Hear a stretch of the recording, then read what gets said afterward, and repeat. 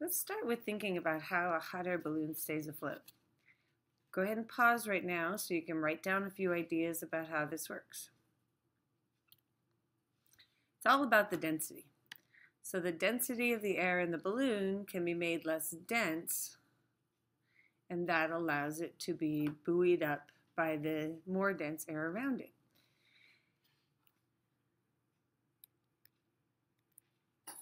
If you notice, the particles inside the balloon are moving faster than the ones outside. So when you apply heat to the air,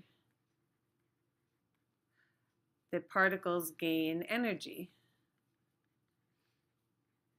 Now, energy of motion is called kinetic energy. And in your book, the equation given for kinetic energy is the mass times the velocity squared. So if you can increase the velocity, that has a big impact on the kinetic energy of the particles. Now, when particles go faster, they bounce around more in a flexible container. The volume is going to increase, and that causes the density to decrease. And therefore, the whole balloon can rise up, up, and away. This idea is based completely on what's called the kinetic molecular theory. The assumptions of the kinetic molecular theory can be applied to almost any chemical and physical system. So let's go through the simple assumptions. One, if you're talking about gas particles, they do not attract or repel. So they're bouncing around each other. They just bounce off as if they were marbles. Gas particles are much, much smaller than the spaces between them.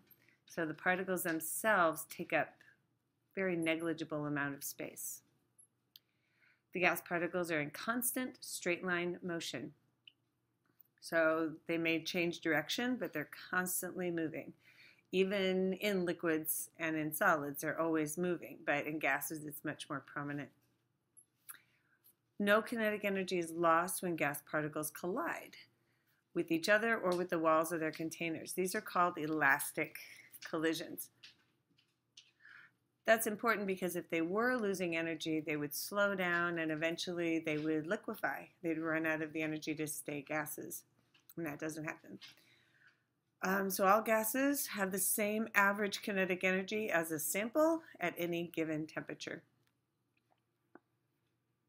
We'll talk more about that as it becomes applicable. So based on those assumptions, gases have these characteristics. They have low density and they're compressible. They expand to fill their containers. Gases always form homogeneous mixtures with other gases, so they eventually spread out and mix completely together. They expand when heated. Gases as a substance expand. The molecules themselves don't expand, but the set of molecules do expand, like in the hot air balloon. The gas particles themselves occupy only about 0.1% of the total volume of the gas. That's what allows them to condense into such small spaces. Like we heard in the video, the liquid natural gas takes up hundreds of times less space than the gas that it was produced from. Okay, when we're studying gases, the things that we have to take into account to be able to describe them and predict about them are their volume, their pressure, their temperature, and the amount, or the quantity of the gas. That can be in particles or in moles. Moles are the more typical unit that's used. Exceptions to the rules. Now, not all gases will follow all these rules. They don't act ideally, and I'll talk about that in a minute, but ideal gases do follow the rules. Therefore, they would never liquefy because there's no attraction. And gases can act most ideally when there's low pressure and high temperature. So like in that hot air balloon, particles are moving fast, they're far apart, so they really are avoiding attraction for each other, and acting according to the rules. Now, a real gas that's not following the rules, that happens when the particles get close enough and interact enough that they're actually attracted to each other, and that changes things and changes their properties. If an attraction occurs, the volume is going to be less than expected. It might even go all the way to becoming a liquid or a solid. What do you think? What pressure and temperature would gases act most real? They break the rules the most? Under high pressure and low temperature. So high pressure pushes them close together. They have a lot of interaction. And low temperature when they're moving slowly so that they have a chance to attract to each other. Okay, so there's some mathematical relationships we're going to go through, and you'll be applying them in your lab work. The first is this handsome man named Torricelli. He studied pressure. He walked around with a barometer that he made, tube filled with mercury, and he could see that the level of mercury rose and fell based on how much pressure was acting on the cup of mercury in which the tube was inserted. He would go upstairs, he'd climb mountains, and he could really see the pressure change. So he was able to describe this. And pressure, as we talked about in class, is a ratio of the force over the area. And the units of pressure, a whole bunch of them. One is pascals, that's the typical metric unit. A newton is a unit of force per meter squared. Millimeters of mercury, that has to do with the height of mercury held up in this barometer, also called torrs, short for Torricelli. PSI, pounds per square inch. That's one most commonly used in the English system by engineers in our country. And then there's atmospheres. That describes the pressure by our atmosphere, and standard pressure is 1 atmosphere. So standard pressure in all of these are the following numbers. 760 millimeters of mercury, about 3/4 of a meter, is how much mercury can be held up by the atmosphere. 101.325 kilopascals, 1 atmosphere, and 14.7 pounds per square inch. Don't worry so much about what those mean yet. We'll be talking about those more in class, but they all equal to each other. So you can convert from one unit to the next. All right, so let's use some of these relationships and think about real situations. This man is named Robert Boyle, and he did some work with gases and their volumes, and he found that the volume of a gas varies indirectly, that's important, indirectly with the pressure of the gas. So if he plotted the inverse of the volume against the pressure, he got a nice straight line, which means that the pressure times the volume is always a constant.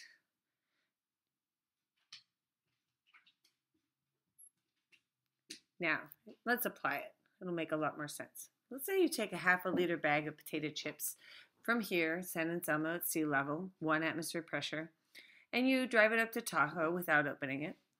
What will its new volume be? Now, you've all seen that a typical sandwich or chip bag goes from normal looking to all puffy and filled up when you go up to high altitude. So that's because of Boyle's law.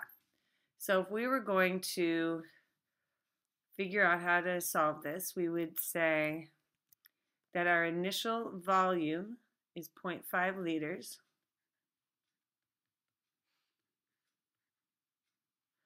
And our initial pressure is 1 atmosphere.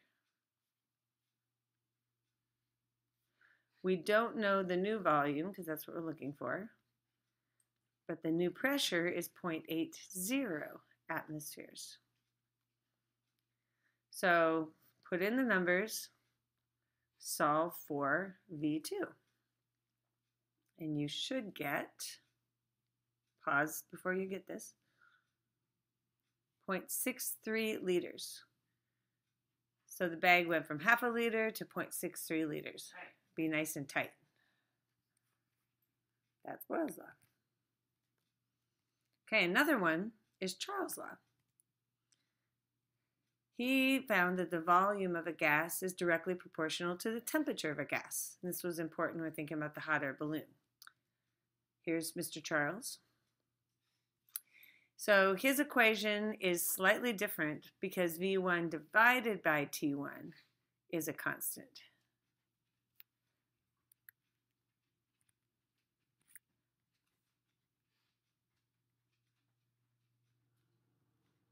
So those are always in the same ratio. If volume doubles, that means temperature has doubled, and it's a constant.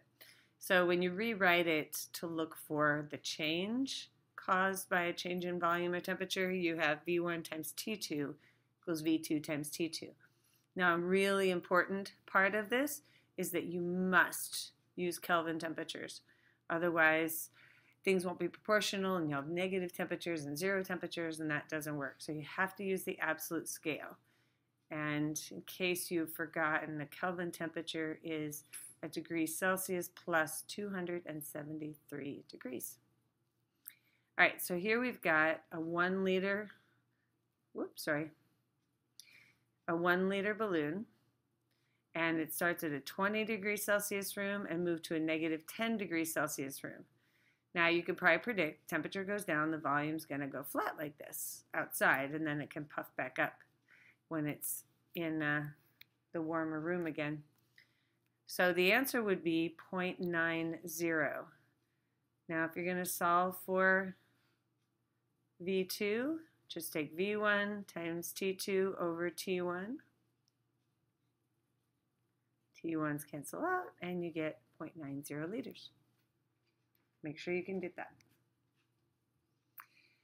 All right, temperature and pressure are also directly related. As you can see, now you may not have ever seen anything like this, but let me give you perspective on this picture. This is what's called a grain elevator, and this got these things all over the Midwest storing corn and wheat and other kinds of grains. Now here's a person.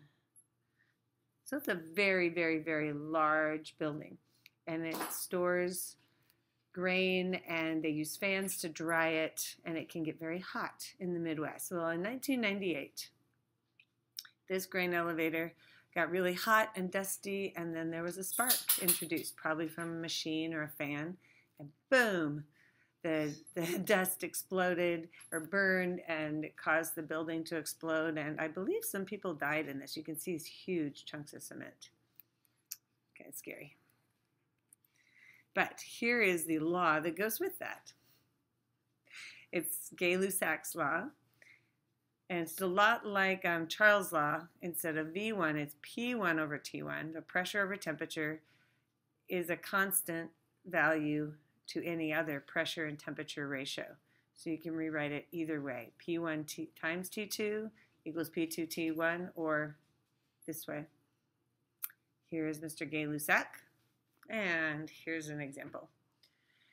If the pressure inside a grain elevator is 760 millimeters of mercury, so that is your P1,